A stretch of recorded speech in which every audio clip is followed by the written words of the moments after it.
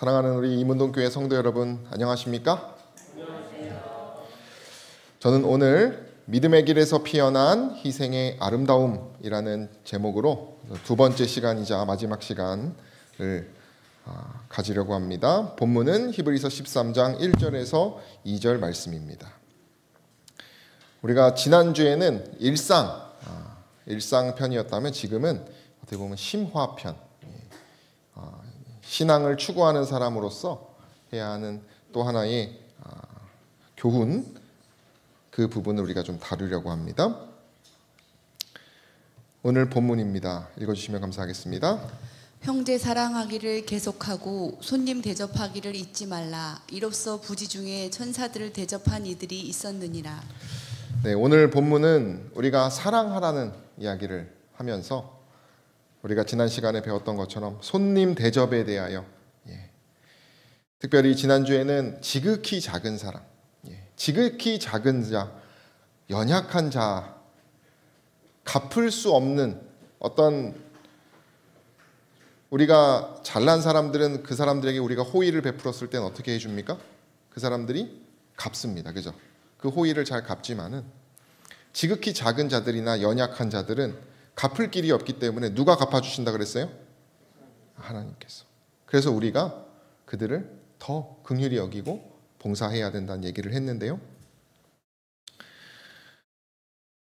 오늘 이 손님 대접에 대한 단어, 필록세니아의 의미 중에 또 하나는 무엇이냐면,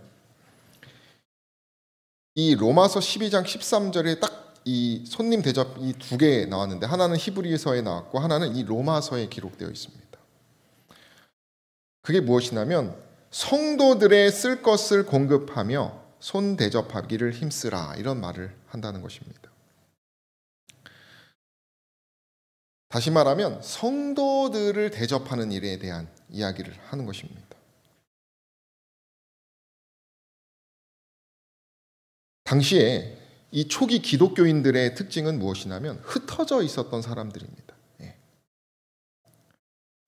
그래서 한 몸이, 머리가 예수님이고 각 지체들이 너무나 다양하게 흩어져 있었습니다. 그래서 그들은 한 지체가 되기 위하여 이렇게 모이기를 힘썼습니다. 항상 서로가 연결돼야 된다고 생각했기 때문에 그랬는데요. 그들의 이러한 믿음은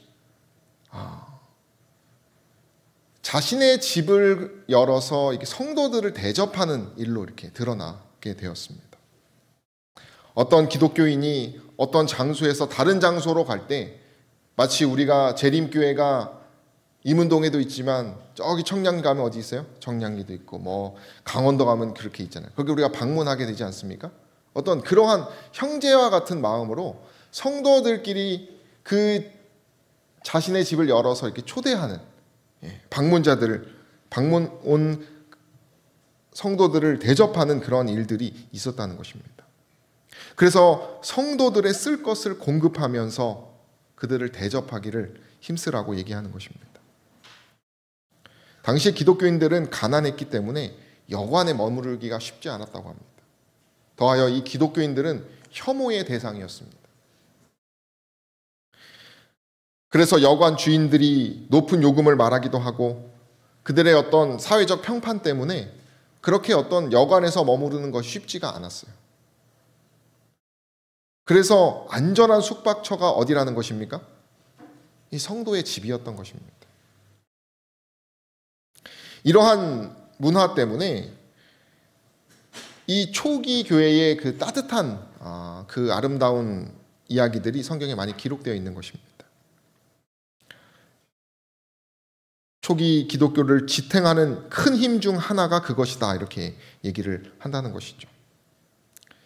당시에 좀 더 구체적으로 그 배경을 보면, 요즘은 번역기가 잘 돼가지고 외국 논문도 그 자리에서 제가 읽을 수가 있습니다.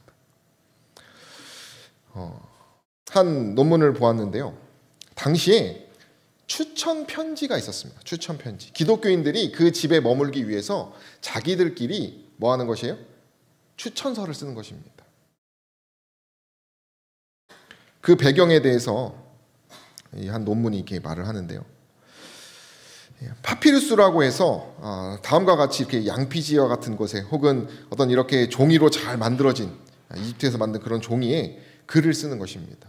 쉽게 말하면 추천서입니다. 추천서. 이것은 데살로니가에 있는 그 파피루스 조각이라고 합니다.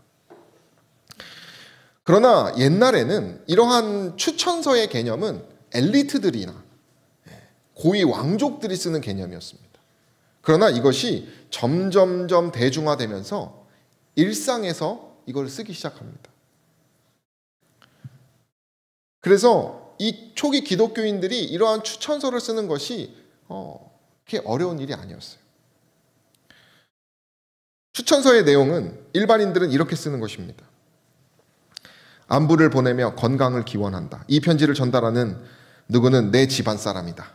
무슨 말이에요? 잘 좀 해달라 이거죠. 그를 소개하며 그가 내게 다가온다면 어떤 일이라도 그를 위해 해주기를 부탁한다. 이 일을 해주는 나는 내게 감사할 것이다. 그리고 내가 원하는 것이 있으면 주저하지 말고 알려줘라. 스스로 건강을 잘 챙기길 바란다. 안녕히 라고 하는 그런 기록이 있다는 것입니다. 이러한 추천서의 개념이 있었다는 것입니다. 근데 이 논문에서는 두 가지 추천서를 말합니다. 첫 번째는 이교적, 그러니까 일반인들의 추천서입니다. 방금 읽은 것이 일반인들의 추천서예요. 거기에 이제 구조를 보면은 작성자, 수신자, 인사, 그리고 추천 인물, 추가 정보. 그래서 그런 내용으로 추천서를 써서 뭐 하는 것입니까? 대접을 좀 잘해주라. 이렇게 하는 문화인 것이죠. 그리고 기독교의 추천서는 무엇이냐면 마지막에 기도가 들어갑니다. 그러니까 기독교인들은 그런 어떤 정말 잘 정성스럽게 써가지고 기도를 부탁하면서 또 기도의 글도 적으면서 뭐 하는 것이에요? 성도들을 좀 잘 부탁한다. 어떤 그런 개념으로서 서로가 서로를 잘 대접했다라고 하는 것이에요. 이런 의무가 쉽진 않았을 것 같습니다. 그죠?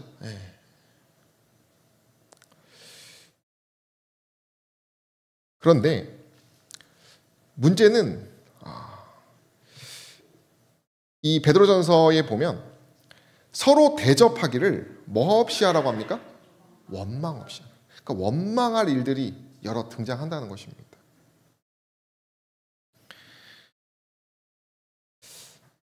이 서로를 그러한 의무가 있었고 그런 추천서가 있었지만은 원망할 일들이 여럿 있었던 것 같아요. 그래서 이 바울 서신을 쭉 보면 형제를 사랑하기를 계속하고 형제를 사랑하기를 계속하고 그 얘기가 계속 등장하는 것 같아요. 아마 그러한 의무들을 잘 행하지 않는 일이 있지 않았을까 그런 생각을 해보는데요. 어려운 것은 다음과 같은 것에 있어요.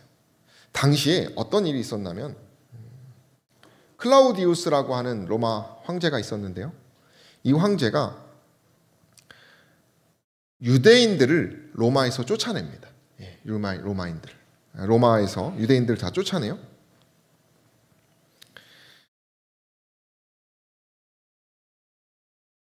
근데 이제 이게 클라우디우스 칙령이라고 해서 그들이 이제 쫓아내게 됩니다.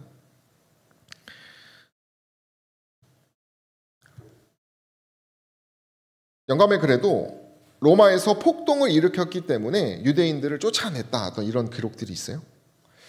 좀 더 구체적으로는 크리스토스가 문제를 일으켜서 쫓아냈다라는 기록이 있는데 이것은 예수 그리스도가 아니고 뭔가 유대인 그리스도인들이었던 것 같아요. 문제는 이 칙령 이후에 5년 동안 로마에는 그 유대인들이 없었습니다. 자, 그러면 누가 남았냐면 이방인 크리스천들이 남았어요. 이방인 크리스천. 이해되시죠? 로마인들이나 헬라인들의 기독교인들이 남은 것입니다.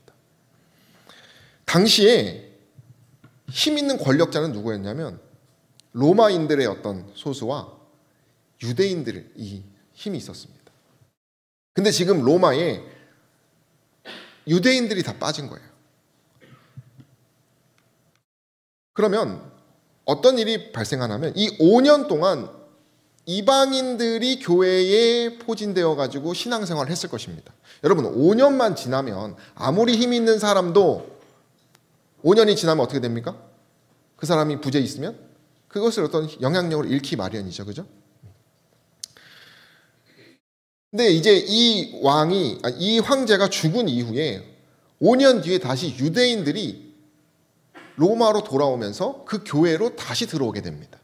예. 자, 그러면 이 이방인들, 그리스도인들 중에 이방인들의 상황은 어떤 것이냐면, 일단 이방인들은 계속 교회를 지키면서 신앙생활을 하고 있었습니다. 그죠? 아마 로마에 있었던 유대인들이 다 흩어졌기 때문에 분명히 좋은 것도 있었을 것 같아요. 그죠? 텃세 같은 것이 없었으니까요. 특별히 이방인들이 항상 받았던 것은 무엇이냐면 로마인들로부터의 혐오입니다. 그죠? 네. 지금도 아주 보수적인 유대인들은 이방인들, 아랍계 사람들과 결혼을 하지 않습니다. 네. 심지어 아랍계랑 결혼했다고 그를 살려내자고 막 유대인들께서 모금을 한다고 해요. 네. 우리가 이스라엘에서 사마리아인들을 어떻게 했습니까? 그들이 완전 모욕하면서 그들과 섞이지 않고 조롱하는 대상이지 않았습니까? 지금 이방인들은 5년간 그러한 자신들에게 혐오를 주었던 사람들로부터 해방이 되어서 신앙을 하고 있다가 5년 뒤에 그 황제가 죽고 로마인들이 들어오면서 그들과 다시 뭐하게 되는 것이에요? 섞이게 되기 시작하는 것입니다. 텃세를 부리다 쫓겨난 유대인들을 지금 이방인들이 다시 뭐 해야 됩니까? 대접을 하면서 다시 그들과 섞여야 되는 상황에 분명히 놓였을 것이에요. 그런 개념에 대해서 어떤 교수가 그런 이야기를 썼습니다. 원망할 일이 있는 것입니다. 다시 말하면 원수 같은 못난 신자들을 사랑해야 하는 상황에 지금 이방인 그리스도인들이 놓여 있는 것입니다.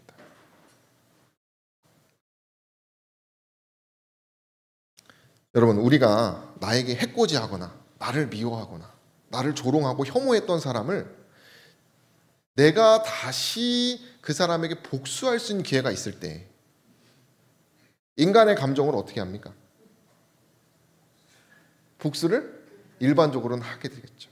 만약에 이 로마의 이방인 신자들이 5년 동안 로마에 있었던 유대인들이 쫓겨난 다음에 다시 돌아왔을 때 무슨 생각이 들었을까요? 복수하고 싶은 생각이 들지 않았겠어요? 그죠? 너도 한번 당해봐라. 그런 생각이 분명히 들었을 것이고 그들은 눈치를 보면서 돌아왔기 때문에 복수할 수 있는 기회가 분명히 있었을 거라고 저는 생각합니다.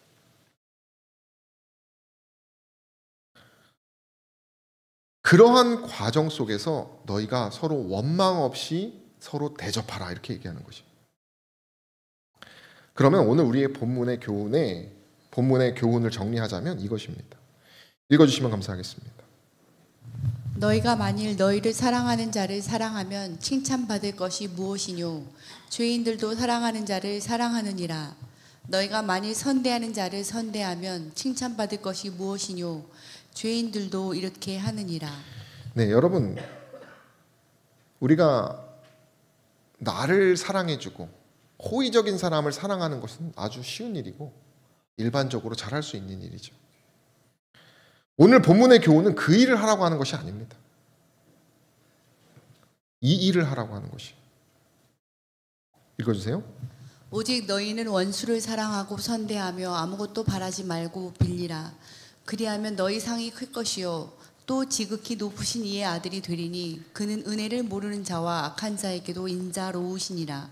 너희 아버지의 자비하심과 같이 너희도 자비하라. 여러분, 지극히 작은 자는 갚을 길이 없는 사람입니다. 그래서 하나님이 갚아주신다고 그랬어요.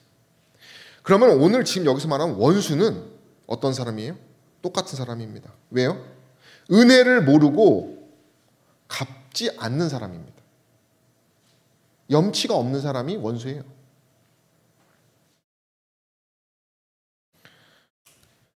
그래서 그 원수와 같은 사람에게 사랑을 우리가 베풀었을 때 누가 갚아주십니까? 여러분, 원수가 갚지 않습니다. 그걸 잘 아셔야 돼요. 원수는 갚을 줄을 몰라요. 악하기 때문에. 은혜를 모릅니다. 그죠? 그러면은 우리가 나에게 모욕을 주고 나에게 상처를 준 사람을 사랑했을 때 누가 갚아줘야 되는 것이에요? 하나님이 갚으신다는 것이에요. 그러니까 갚을 수 없는 사람은 똑같은 개념인 것입니다. 그래서 서로 형제를 사랑하라고 하는 두 가지 개념이, 하나는 지극히 작은 자고 하나는 뭐예요? 원수라는 것입니다. 근데 지금 누가복음에는 뭐하라고 말합니까? 아버지께서는 은혜를 모르고 악한 자에게도 뭐하다는 것이에요? 인자하다는 것이에요. 자신을 혐오했던 그 로마의 유대인 그리스도인들을 사랑하라고 지금 바울은 얘기하는 것입니다. 그들이 너희들에게 설렁 갚지 않고 염치 없는 짓을 하더라 할지라도 그것이 하나님의 자비하심이기 때문에 뭐 하는 것이에요? 이제 이방인들은 먼저 된 사람입니다. 그죠? 이미 예수님을 믿었어요. 그러니까 그들에게도 이제 똑같은 표준이 더 올라가는 것입니다. 너희들을 하대했던 그 유대인들에게도 뭐 하라는 것이에요? 사랑을 베풀으라는 것이에요. 왜요? 아버지가 자비로운 거예요. 그렇다면 하나님이 갚아주신다는 것입니다. 우리가 신앙을 한다고 한다면 이 이야기를 정말 잘 생각하고 있어야 된다는 것이죠. 저희 아버지께서 목회를 하셨지만은 제가 목회를 가기 직전까지 사실상 반대를 하셨어요. 그 이유는 너무 고달프다는 것입니다.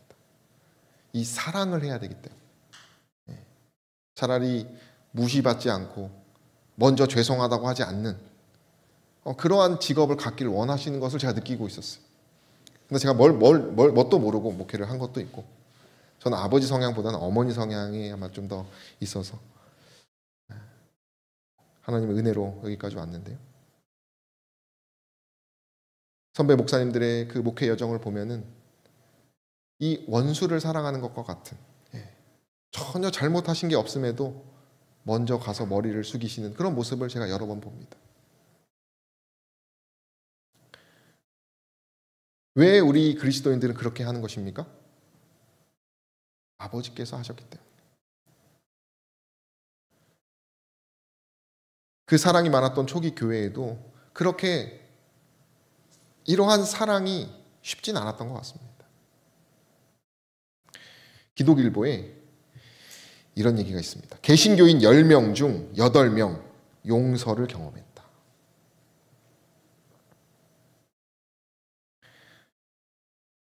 용서의 경험이 개신교인 있음이 꽤 있어요. 10명 중 8명 정도가 있습니다. 형식적으로 용서한 사람이 37%, 좀 더 구체적으로 체면에 있으니까요, 그죠? 남들 앞에서 이제 다 보는 앞에서, 혹은 어떤 자신의 유익을 위해서. 저희 아이들도 형식적으로 사과를 잘합니다. 혼나지 않으려고. 그런 사람은 37%라는 것이죠. 아마 우리도 이런 용서와 이러한 사과를 분명히 하고 있는 존재가 있을 것입니다. 그리고 그 나머지 63%는 진심으로 용서했다. 라는 이야기를 합니다. 근데 재미있는 것은요, 이런 것을 했지만 극단적으로 만약 그 사람이 나의 가족을 죽였다면 12%만 용서할 수 있을 것이다, 이렇게 말했어요. 그러니까 용서라는 것이 어떤 것입니까, 여러분? 강요한다고, 제가 여러분들에게 양심을 강요한다고 할 수 있는 것이 아닙니다. 그죠? 이것은 전적으로 나의 하나님과의, 그죠? 그러한 인격적인 교제를 통해서 우리의 삶에서 각자의 시간표대로 나타나는 사랑의 열매입니다. 요한복음 13장 35절은 우리 함께 읽겠습니다. 시작. 너희가 서로 사랑하면 이로써 모든 사람이 너희가 내 제자인 줄 알리라, 이렇게 말했어요. 여러분, 여기서 너희는 성도들끼리를 얘기하는 것입니다. 유대인 그리스도인들과 이방인 그리스도인들을 포함하는 것도 있어요.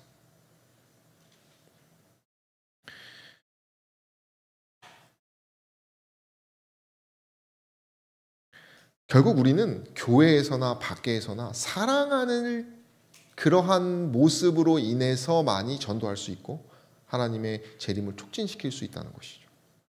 이것이 바로 새 계명입니다. 아마 저와 여러분들은 알 것입니다. 우리가 예수님에 대한 사랑이 크면 클수록 이것은 어떻게 됩니까? 더 기준이 높아진다는 것을 느끼시게 될 거예요.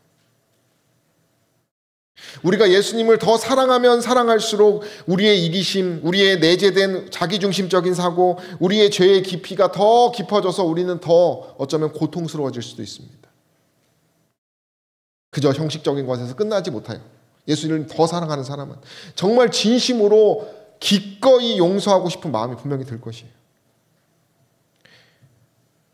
이것은 하나님의 하늘의 원칙입니다. 그러니까 이것은 하나님하고 교통하는 사람만이 깨달을 수 있는 이야기예요. 포도원의 비유에서 집주인이 자기 포도원에서 일한 일꾼을 취급한 방법은 하나님께서 인류를 취급하시는 방법을 나타낸다. 이 방법은 한간에 널리 퍼져 있는 사람들의 관습과는 달랐다라는 것입니다. 여러분, 세상에서 원수 사랑한다라고 하면요, 제 친구가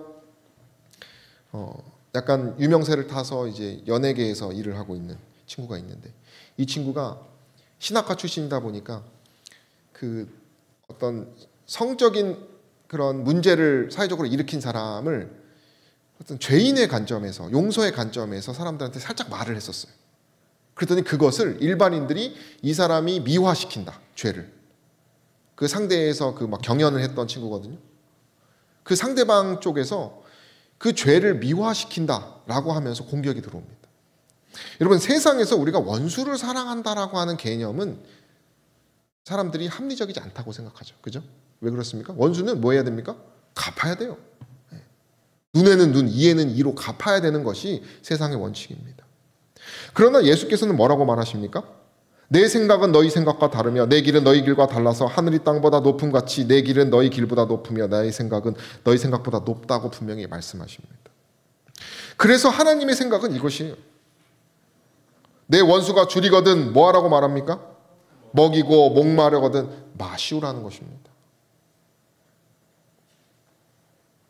악에게 지지 말고 선으로 악을 이기라고 하는 개념은 원수에게 친절을 베풀로써 그것으로 복수를 하라는 것입니다. 사랑으로 복수를 하라는 것입니다.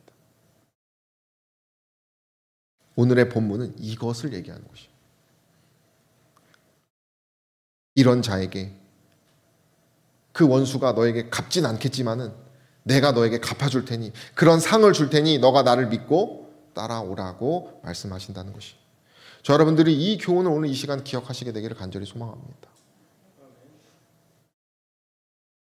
이것이 마지막 때에 남은 무리들이 가져야 될 의무예요. 그렇다면 우리가 지난주에도 말했죠. 할 것인가? 내가 할까 말까가 아니에요. 어떻게 할까? 우리는 해야 합니다. 어떻게 해야 될까? 지극히 작은 자들을 구제할 때 하나님께서 주신 방법은 은밀하게 하라는 것입니다. 왼손이 하는 일을 뭐하게 하래요? 오른손이 모르게 하라는 것입니다. 구제함을 은밀하게 하라는 것이. 왜요? 아버지가 갚으신다는 것이.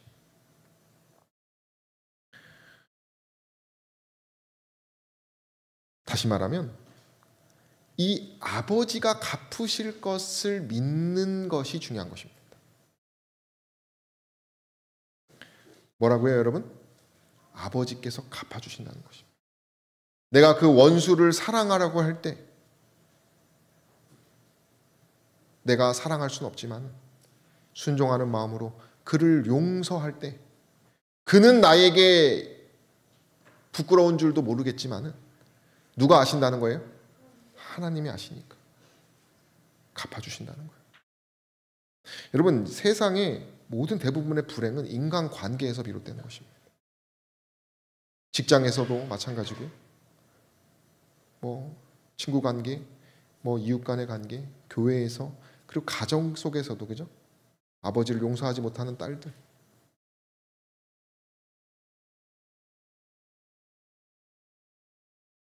우리 함께 읽어볼까요? 하나님과 시작. 하나님과 관계를 맺고 있는 사람은 모두 빚을 남에게 나누어 줄 것이다. 남에게 줄 빚이 없는 자는 빚의 근원 되신 분과 관계를 맺지 않고 있기 때문이다.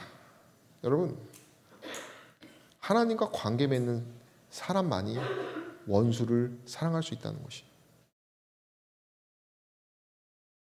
하나님과 관계 맺고 있는 사람, 매일 매순간 그분과 동행하고 그분과 마음을 터놓고 기도하며 말씀으로 그분의 뜻과 명령을 귀 기울이는 사람만이 하나님이 은밀한 중에 갚아주실 것을 믿는다는 것입니다.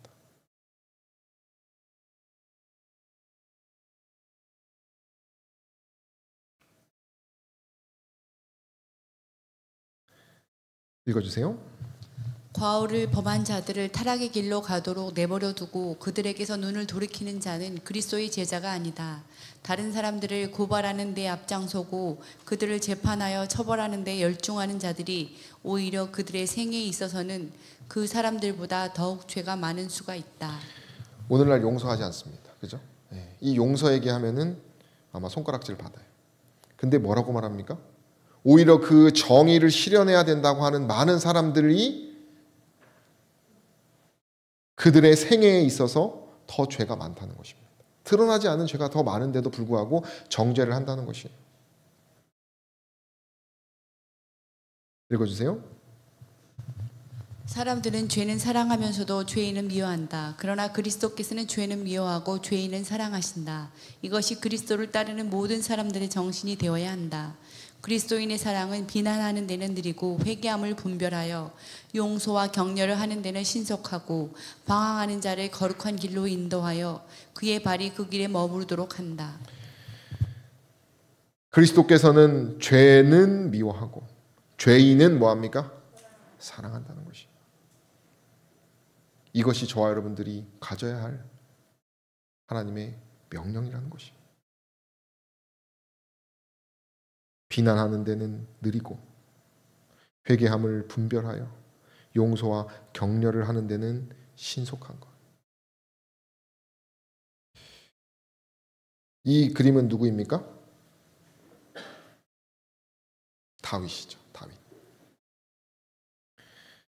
나의 아버지여 보소서, 내 손에 있는 왕의 옷자락을 보소서. 내가 왕을 죽이지 아니하고. 다윗은 이 옷자락을 잘랐던 것조차도 뭐 했어요? 후회했어요. 그가 어떻게 이럴 수 있었을까요?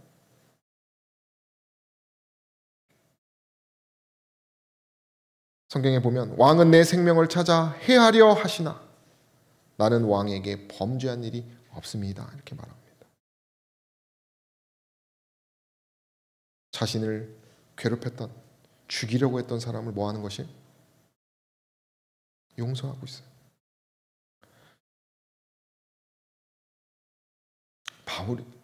다윗이 어떻게 이럴 수 있었을까? 영감의 글에 보면 부하들이 죽이라고 했어요. 그러나 그의 마음에는 뭐가 있었어요? 하나님과의 관계가 있었습니다. 양심의 소리는 그에게 여호와의 기름 부음을 받은 자를 해하지 말라고 말하였다라고 말하는 것이. 여러분, 양심의 소리라는 것이 결국 그리스도인들의 힘입니다. 세상은 이 양심을 차가운 냉장고에 다 넣어가지고 아주 차갑게 삽니다. 모르는 척하고. 그러나 그리스도인은 하나님과 관계를 맺고 살아가는 사람은 그렇지 않다는 것이죠. 다윗에게는 분명히 그래도 인간적으로 복수하고 싶은 생각이 있었겠지만은 그의 마음 가운데 누가 있었어요? 자신의 자아보다, 자신의 감정보다 누가 있었어요? 하나님이 있었어요. 이 다윗의 묵상을 보면 이런 말이 있습니다. 읽어주세요. 내가 여호와께 피하였거늘 너희가 내 영혼도로 새같이 내 산으로 도망하라 함은 어찌 민고. 악인이 활을 당기고 살을 시위에 먹이며 마음이 바른 자를 어두운 데서 쏘려 하는도다. 터가 무너지면 의인이 무엇을 할꼬. 이것은 시편의 그 다윗의 고백입니다. 이걸 보면 터가 무너지든 어떤 그 원수로부터, 그죠? 그 사울 왕으로부터의 그 깊은 고뇌가 들어가 있어요. 악인이 활을 당기면서 마음이 바른 자를 쏘려고 하는, 여러분 우리의 삶 가운데 그러한 일들이 반드시 있습니다.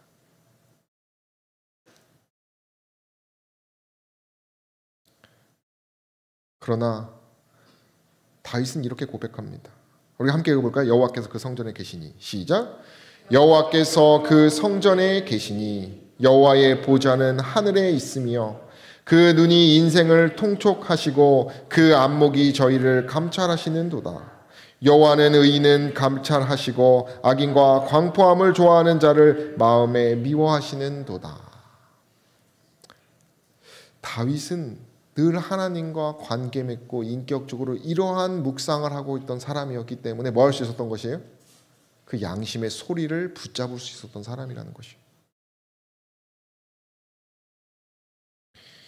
여러분 바울도 마찬가지입니다. 여기 성경의 모든 기록에 있는 사람들은 다 원수들에게 친절과 선대를 베푼 사람들이지,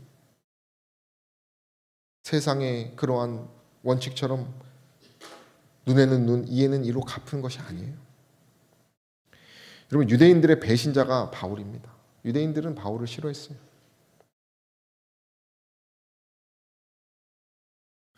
그러나 바울은 내가 복음을 부끄러워하지 아니하노니 이 복음을 모든 믿는 자에게 구원을 주신 하나님의 능력이 됨이라. 첫째는 유대인에게, 유대인을 첫째 자리에 놓습니다. 그는 습관적으로 그의 사역을 유대인들의 회당에서 시작합니다. 로마에서 투옥된 이후에 먼저 한 일 중에 하나는 유대 지도자들에게 복음을 전한 것이에요. 바울이라면 그 유대인들을 더 혐오하면서 공격할 수도 있었을 텐데요. 바울은 그렇게 하지 않았어요. 유대인들을 접근하면서 그의 반감을 사는 졸렬한 방법을 쓰지 않았다라고 하면서 바울은 친절로서 그들을 선대했다고 영감에 그런 얘기합니다. 경의를 표하면서 말이에요. 선의를 갖는 것이죠. 제가 재림교회 이스라엘에 있는 교회를 갔을 때 그 교회를 찍은 사진인데요.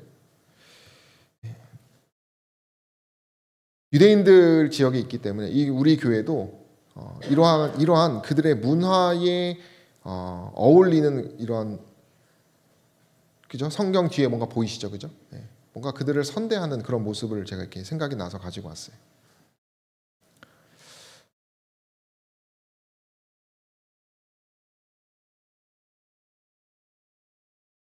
바울은 유대인들을 원수와 같은 일을 당했지만은 그는 복수보다는 친절을 베풀었습니다.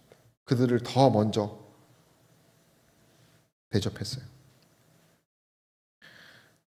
읽어주시면 감사하겠습니다. 복수하는 것은 강함이 아니라 약함의 표다. 화를 참지 않고 그리스도인 원칙의 사랑과 자제를 포기하는 자는 패배한다. 그러나 복수하려는 욕망을 억제하고 자신에게 가해진 악을 친절을 베풀 기회로 전환하는 사람은 자신과 악한 세력에게 승리를 거둔다. 이는 그 자체가 고상할 뿐 아니라 훨씬 효과적이다. 그것은 원수를 무력하게 하며 또한 사람의 영혼을 구원할 것이다. 이와 같이 하나님은 죄인들이 오래전에 당했어야 할 복수를 하지 않고 오히려 사랑과 긍휼로 그들을 이기셨다. 사람을 회개로 이끄는 것은 하나님의 선함과 인내와 오래 참음이다. 하나님의 형상으로 변화되어 가는 그리스도인은 원수를 대하는 것을 통해 그의 품성이 매일 사랑이신 하나님의 품성으로 점점 변해가고 있음을 보여줄 것이다. 여러분 그리스도인은 뭘 통해요? 이 원수를 대하는 것을 통해라는 것이.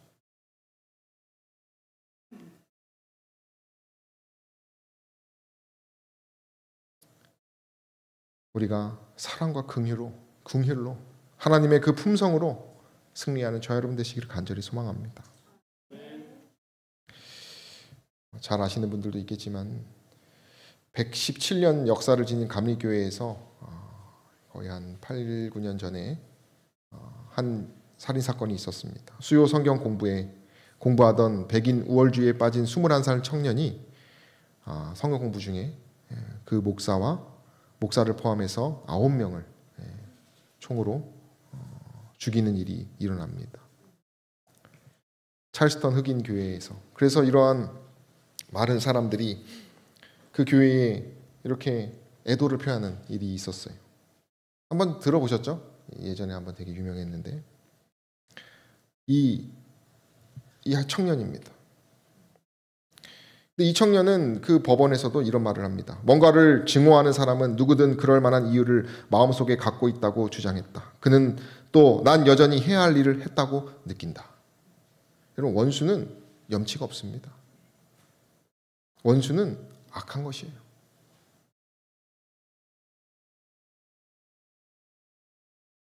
그러나 놀랍게도 이 교회에서는 그에 대하여 사랑을 베푸는 일이 일어납니다. 특별히 그 미국 그 주에서는 그 법원에서 그 피해자들이 피의자를 향해서 그 말을 하는 그런 시간들이 있대요. 근데 그때 이런 말을 합니다.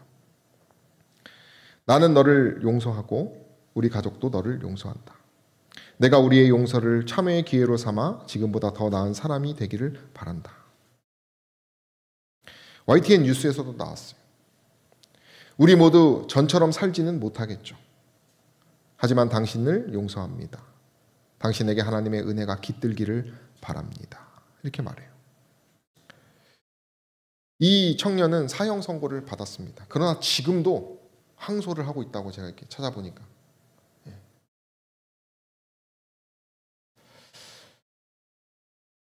이러한 용서의 일이 그 당시에 미국 대통령도 다음과 같은 얘기를 해요. 끔찍한 비극 한가운데에서도 품위와 선량함이 빛난다.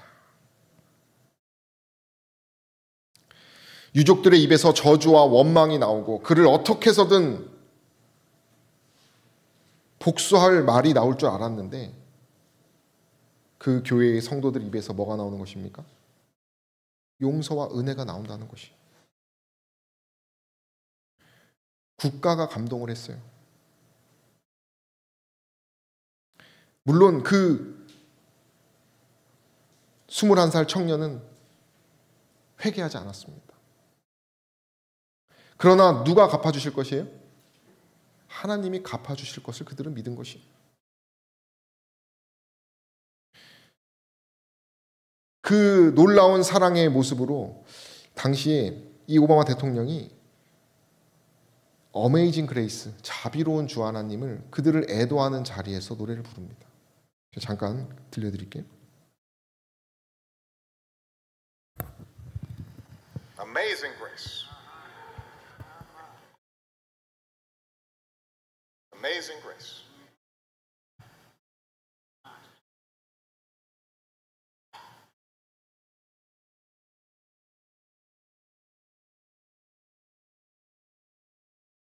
Amazing grace, how sweet the sound. 여러분, 한 국가의 대통령이 이런 노래를 부른다는 것은 참 어려운 일입니다. 그죠?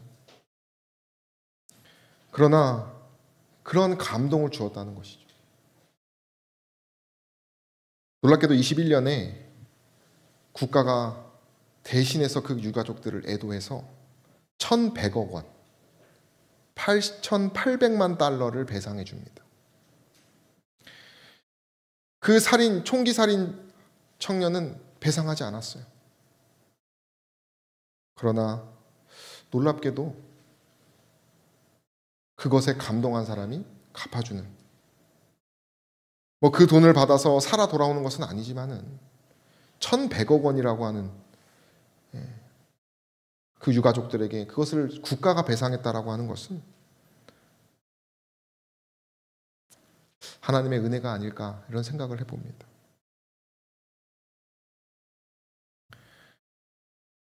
서로 대접하기를 뭐 없이 해요? 원망 없이 하라. 원망할 게 너무 많은 것입니다. 원망을 꼭 해야 될 것이에요. 한이 너무 많은 것이에요. 그러나 여기선 명령어로 되어 있어요. 사랑을 드러내라고 하는 것입니다. 영감의 글에 그러면 이렇게 되어 있으나 믿음의 형제들을 돌보는 데는 뭐가 큽니까? 이건 여러분 당연한 것입니다. 여러분 우리가 그리스도인이라면 그것은 희생이 클 것을 우리가 알고 있어야 되는 것이에요. 그러나 하나님 앞에서 기쁨으로, 하나님께서 갚아주실 것을 믿음으로, 은밀한 중에 갚아주실 그 하나님을 바라봄으로 우리가 형식적으로 하지도 않고 생색내면서 하지도 않고 그저 하나님께 감사하면서 온전히 용서할 수 있는 것, 그것이 진정으로 예수 그리스도를 따르는 사람들의 길이라는 것을 기억하시기를 간절히 소망합니다. 그리스도께서는 참 종교는 제도나 신조나 의식으로 이루어지는 것이 아니요 다른 사람에게 최대의 선을 베풀고 진정한 선으로 사랑의 행위를 행하는 데 있음을 보이셨다라고 말했습니다. 우리는 선으로 행위를 해야 합니다. 신조나 의식이나 제도, 그런 것은 바리새인들이 쫓았던 것이에요. 제자들이 예수님의 그 사랑하라는 말씀을 처음엔 이해할 수 없었지만은 그들이 그리스도의 고통을 목격한 후, 당신께서 십자가에 못 박히시고 부활하시고 승천하신 후, 오순절에 그들에게 성령이 임하신 후에 그들이 변했다고 말합니다. 여러분 여기서 우리에게 힌트가 있어요. 우리가 날마다 그리스도의 고통을 목격하는 것, 날마다 말씀과 기도로서 그분의 그 성령을 통하여 그분의 마음을 깨닫는 것, 그분이 우리를 향해서 먼저 용서하셨음을 감사하는 것이 있다면 우리 뭐 할 수 있다는 것입니까? 위대한 용서를 할 수 있다는 것을 기억하시는 저와 여러분 되기를 간절히 소망합니다. 우리 파란색 부분을 함께 읽겠습니다. 그가 우리를 위하여, 시작, 그가 우리를 위하여 목숨을 버리셨으니 우리가 이로써 사랑을 알고 우리도 형제들을 위하여 목숨을 버리는 것이 마땅하니라. 아멘. 형제 사랑하기를 계속하고 라고 하는 현재형입니다. 여러분 이것은 주님이 오시는 그날까지, 그리고 우리가 하늘에서도 역시 뭐 하는 것이에요? 계속하는 일입니다. 사랑하는 성도 여러분, 우리가 지극히 작은 자들, 갚을 수 없는 그런 작은 자들, 그리고 갚지 않는 원수들, 그들 모두에게 하나님께서 그들의 그 모든 죄의 값을 갚아주신다는 것을 기억하셔서 우리의 죄를 위해 십자가에 달려 돌아가신 그리스도를 더욱더 사랑하셔서 그분에게 기쁨을 드리는 저 여러분 되기를 간절히 바라며 말씀을 마치겠습니다.